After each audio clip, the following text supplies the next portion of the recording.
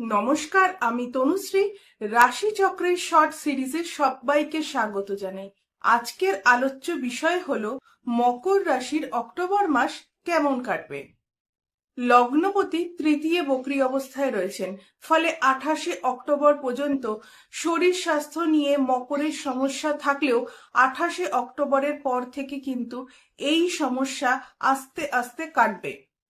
এছাড়া 18ই অক্টোবরের পর থেকে বৃহস্পতি তুঙ্গ ক্ষেত্রস্থ হবে, ফলে তার পূর্ণ দৃষ্টি থাকবে মকরের ওপর এবং মকর লগ্নের অধিপতি অর্থাৎ শনিদেবের ওপর।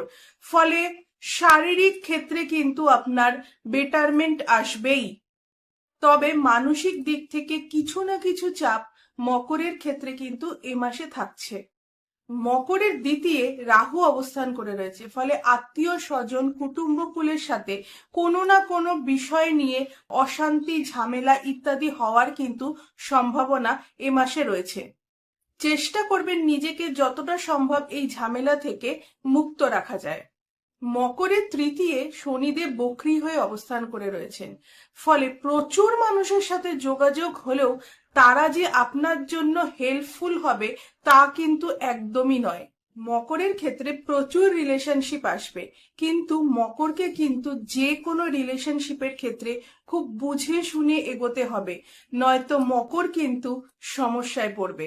এছাড়া মকরের ব্যবসার ক্ষেত্রে কিন্তু এ মাসে ডেভেলপমেন্ট থাকছে। মকরের ক্ষেত্রে পঞ্চমপতি এবং দশমপতি শুক্র সে নবমে প্রবেশ করছে।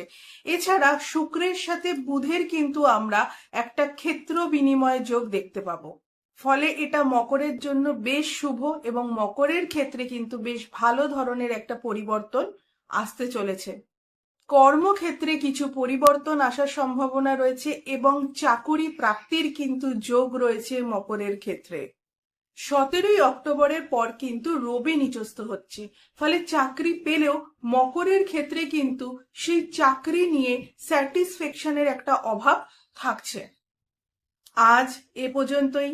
যদি ভিডিওটি ভালো লাগে অবশ্যই ভিডিওটিকে একটি লাইক করবেন এবং চ্যানেলটিকে সাবস্ক্রাইব করবেন।